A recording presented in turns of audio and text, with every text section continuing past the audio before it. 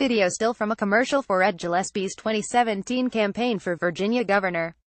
Ed Gillespie for governor. Virginia's Republican gubernatorial nominee, Ed Gillespie, who endorsed Donald Trump and has adopted Trump's positions on immigration, Confederate statues and sanctuary cities, has nearly abandoned the pretense that he is a traditional Republican in the mold of his former boss President George W. Bush.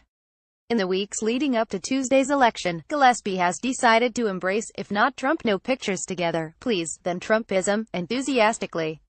He has morphed into his primary opponent, Corey Stewart, a Trump cheerleader who nearly beat Gillespie in that campaign.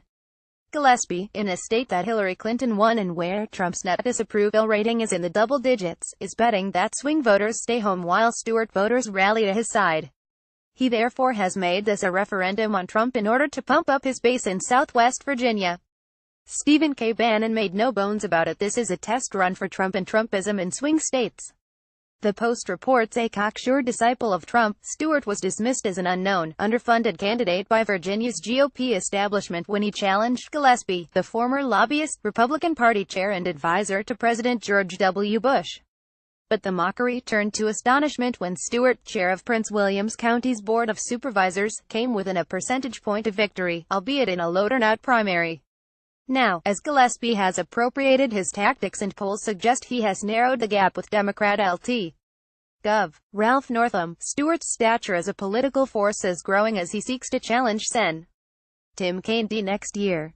Corey Stewart is the reason Gillespie is going to win, Stephen K. Bannon, the former White House chief strategist in Trump's campaign czar, said in an interview. It was the Trump-Stewart talking points that got Gillespie close and even maybe to victory. It was embracing Trump's agenda as personified by Corey's platform. This was not a competitive race 4 weeks ago.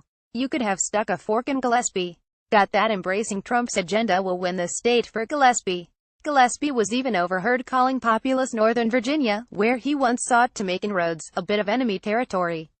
So much for unifying the state. So much for keeping divisive national politics out of Virginia. So much for running on a book of policy issues. Now it's about demonizing blue America to rev up red Americans.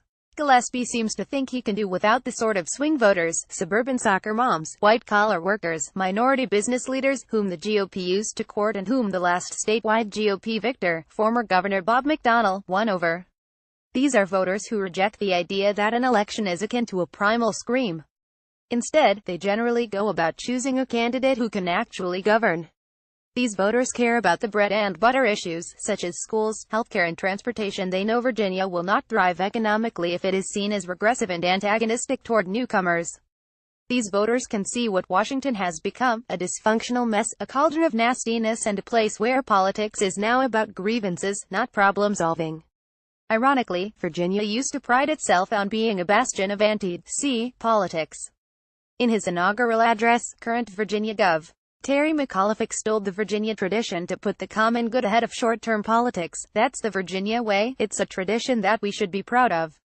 McAuliffe reiterated his Virginia way appeal in his first speech to the Joint Assembly.